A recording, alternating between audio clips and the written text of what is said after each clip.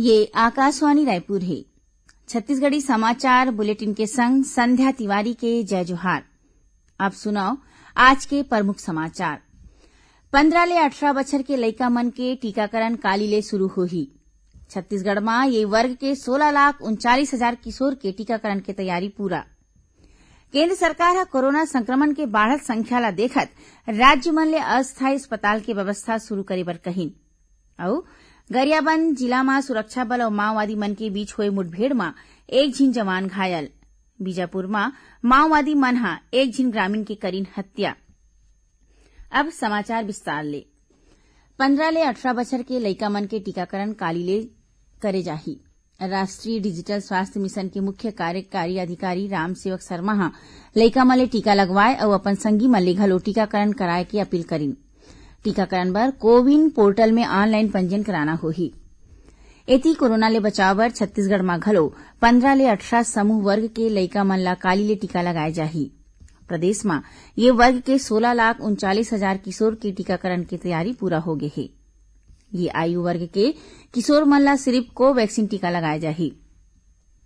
उन्हें राज्य के करीबन 3,40,000 स्वास्थ्य कर्मी, 3,19,000 फ्रंटलाइन वर्कर्स और गंभीर बीमारी ले पीड़ित 5,16,000 और 60 बछर ले ज्यादा उम्र के लोगन मन ला 10 जनवरी ले कोरोना वैक्सीन के तीसरा खुराक दे जाही। यही बीच प्रदेश में अब तक 3,11,51,000 ले ज्यादा कोविड रोधी टीका लगाए गए हैं। केंद्र सरकार हा कोरोना संक्रमण के बाढ़त संख्या ला देखत राज्य मन ले कहे है कि ओमन अस्थायी अस्पताल के व्यवस्था शुरू करें।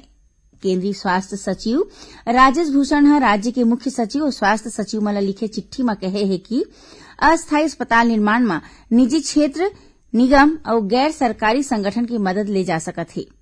राज्य मन ला यहू सलाह दे गे है कि ओमन होटल के कमरा के संग सरकारी और निजी क्षेत्र में कोविड अस्पताल ले जुड़े केंद्र मन के उपयोग कोविड इलाज केंद्र के रूप में करे में विचार करें। केंद्रीय स्वास्थ्य मंत्री डॉक्टर मनसुख मांडविया आज राज्य और केंद्र शासित प्रदेश मन के संग कोविड ले निपटे और राष्ट्रीय कोविड टीकाकरण में प्रगति बर सार्वजनिक स्वास्थ्य तैयारी की समीक्षा करिन। ये समीक्षा बैठका कोविड के नवा रूप ओमिक्रॉन के बढ़त मामला और हाले में 15 ले 18 बछर आयु वर्ग के संगे संग सियान मन ला खुराक दे जाए के फैसला ला देखत आयोजित करे गे रहिस। श्री मांडविया राज्य मन ला सुझाव दीन है कि ओमन ऐसन स्थिति ले बाँचे बर पहली ले ही अपन जम्मो तैयारी पूरा कर लेवें। प्रदेश में कोरोना संक्रमित मरीज मन के संख्या सरलग बढ़त है। उन्हें प्रदेश के पॉजिटिविटी दर घलो बढ़ के 1.18% में पहुंच गई है। प्रदेश में काली कोरोना संक्रमण के 279 नवा मामला आघू आइस। सबले ज्यादा राजधानी रायपुर में 73 जी नवा मरीज मिले हैं। ये मामला मिला के प्रदेश में कोरोना मरीज मन की संख्या 10,08,400 ले ज्यादा हो गई है। अभी में 1,017 मरीज मन के प्रदेश के आने आने अस्पताल या फिर होम आइसोलेशन में इलाज चलत है। यही बीच स्वास्थ्य मंत्री टीएस सिंहदेव की तबियत अचानक बिगड़े ले उखड़ जम्मू कार्यक्रम रद्द कर दे गए है। मिले खबर के मुताबिक श्री सिंहदेव ला सर्दी खांसी के शिकायत हुए में कोरोना जांच कराई गई रही। स्वास्थ्य मंत्री है अंबिकापुर स्थित अपन निज निवास में आइसोलेट हो गए है। उमन ला हेलीकॉप्टर ले रायपुर लाए के तैयारी घलो करे जावत है। मुख्यमंत्री भूपेश बघेल अवैया बजट की तैयारी ला लेके 10 जनवरी ले विभागवार मंत्रिमंडल ले चर्चा करही। मंत्री स्तरीय ये चर्चा मुख्यमंत्री निवास कार्यालय में 10 ले 12 जनवरी तक होही। वित्त विभाग डहाले जारी कार्यक्रम के अनुसार 10 जनवरी के मुख्यमंत्री अमरजीत भगत, जय सिंह अग्रवाल, उमेश पटेल, अनिला भेड़िया और गुरु रुद्र कुमार ले जुड़े विभाग के बजट की तैयारी पर चर्चा करही।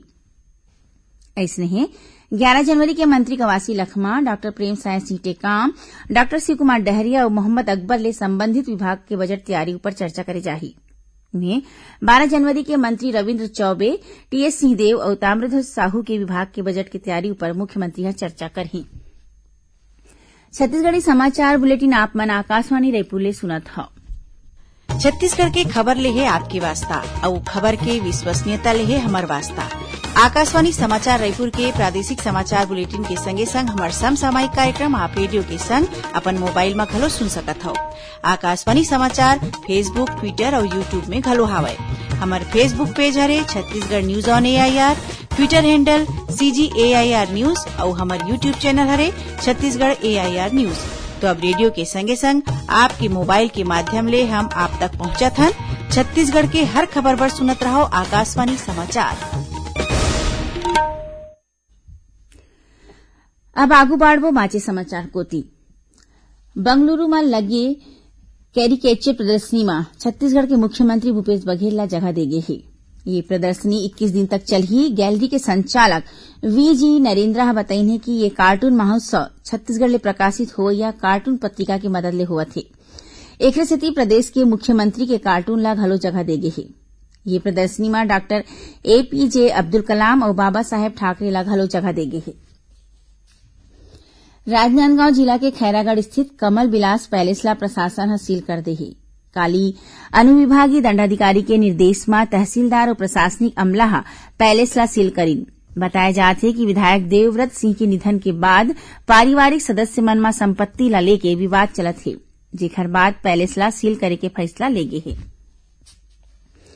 सिख मन के 10वां गुरु गोविंद सिंह महाराज के 356वां प्रकाश पर्व के मौका में दुर्ग में आज नगर कीर्तन निकालेगी।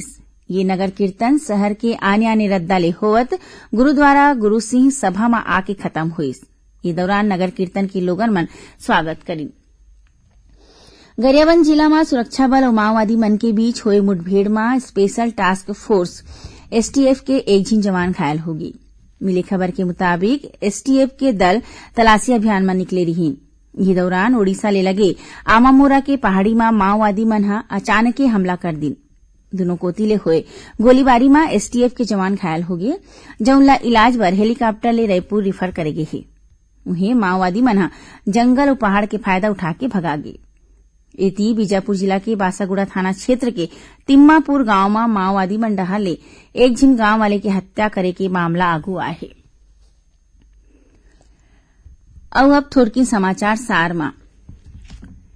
राज्य महिला आयोग डहर ले रायपुर जिला के पंजीकृत प्रकरण की सुनवाई काली और परन दिन रायपुर स्थित आयोग कार्यालय में बिहनिया 11 बजे ले करे जाही।